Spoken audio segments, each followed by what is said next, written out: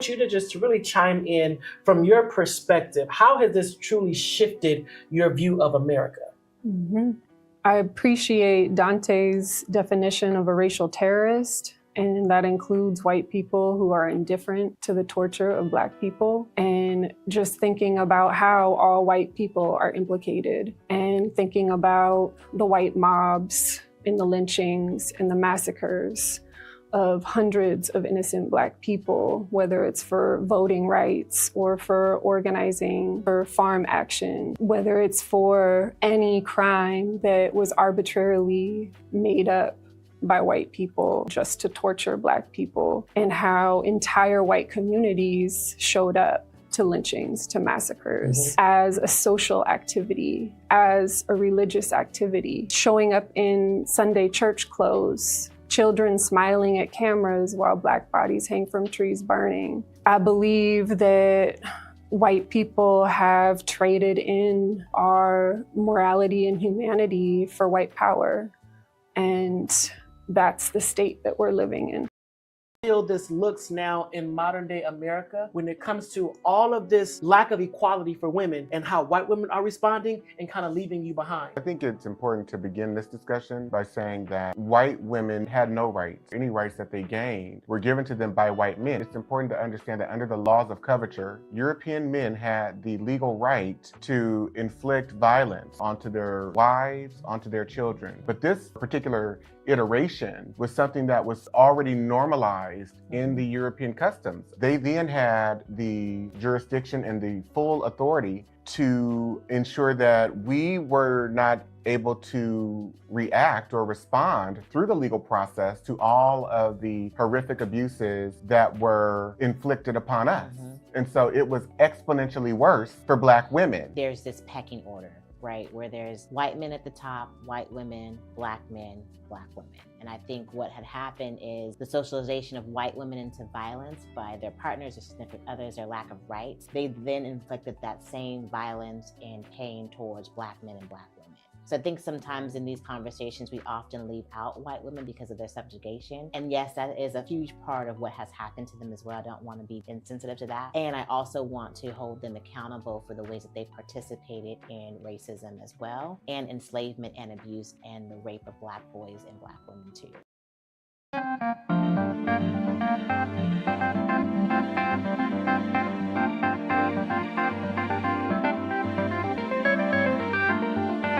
How does the socio-political experiences of white differ from Blacks? In one frame, the sociological ideas that have been created about Black people, projected onto Black people, but also that have been created to establish and define who white people are and how they see themselves. When we talk about how that feeds into the political, white people as a political organization are ascribed rights, privileges, advantages. So race as a political variable serves them for the purposes of the positions that they take as individuals, as well as a collective group. So when we talk about how whiteness serves white people sociopolitically, I'm inclined to think about one of the articles I referenced in my book as it pertains to this white guy, John Corcoran. He was incapable of reading. And in this article, he says, at teacher conferences, my teacher told my parents, he's a smart boy, he'll get it. And they moved me on to the 3rd grade. As a white boy being moved through an educational system that says you actually have to demonstrate that you're capable of reading, writing, arithmetic, right? He didn't have to be capable of any of that. And the teachers maintained that he was a smart boy. Which Black children do you know that in the face of their inability to demonstrate that they can read, they would have a belief maintained about them that they are smart children? It does not work that way for us.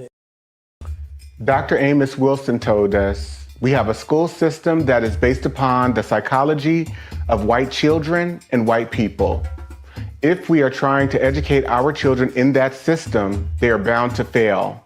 The very structure of the educational system itself is based upon a white model, and therefore it has a built-in failure mechanism for Black children, one way or the other. Dr. Bobby Wright told us, in their relationship with the Black race, whites are psychopaths, and their behavior represents an underlying biologically transmitted proclivity with roots deep in their evolutionary history. The psychopath is an individual who is constantly in conflict with other persons or groups. He is unable to experience guilt, is completely selfish and callous, and has a total disregard for the rights of others. One of the best methods that can be used to measure the psychopathic traits of the white race is observing and analyzing their universal overt behaviors and attitudes towards Black people. Psychopaths simply ignore the concept of right and wrong. By ignoring this trait in the white race, the lack of ethical and moral development, Blacks have made and are still making a tragic mistake in basing the worldwide Black liberation movement on moral suasion. It is pathological for Black people to keep attempting to use moral suasion on a people who have no morality, where race is the variable. Acclaimed author Dante King invites you to purchase his book, Diagnosing Whiteness and Anti-Blackness, by going to his website, www.danteking.com, or Amazon, Barnes & Noble, and any other major book retailer.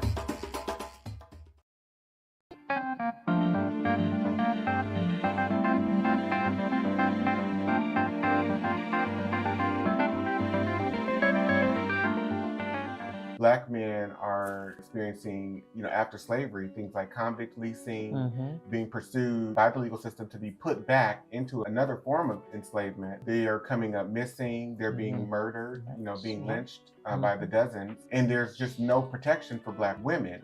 Black men cannot protect Black women. And then there are many situations where there's so much violence that unfolds and emerges within the Black family as a result of the white violence that's being done onto Black men and Black women, because now these Black men have nowhere to put their violence other than into their families. And so the children are beaten, the partners are abused. And so what are the results of white violence? What are the results of white predation? We see those results manifesting infinitely in the Black community. Everything that we are, everything that we became, we've gotten it from white people out of their playbook. All of these things were handed to us. And it is important that we put these things into its proper context. Otherwise, we find ourselves blaming Black people for all of the problems and issues that we see manifesting within and throughout the Black community today and in the past, previously.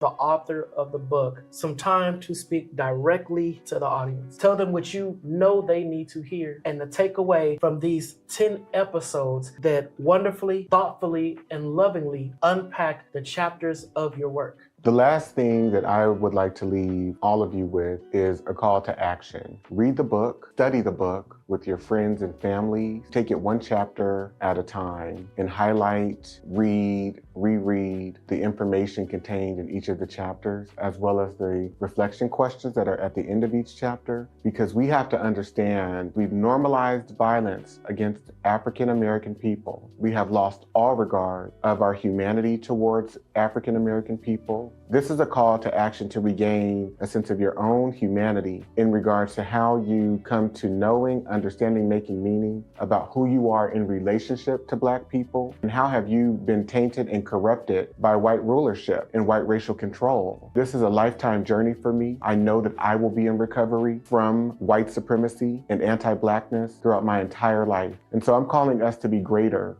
people, greater advocates for each other, greater in our understanding. So thank you so much for being a part of this experience. I hope it serves you well. I hope it serves your family well. I hope you can go out and be recommitted to supporting, uplifting, believing Black people. Thank you.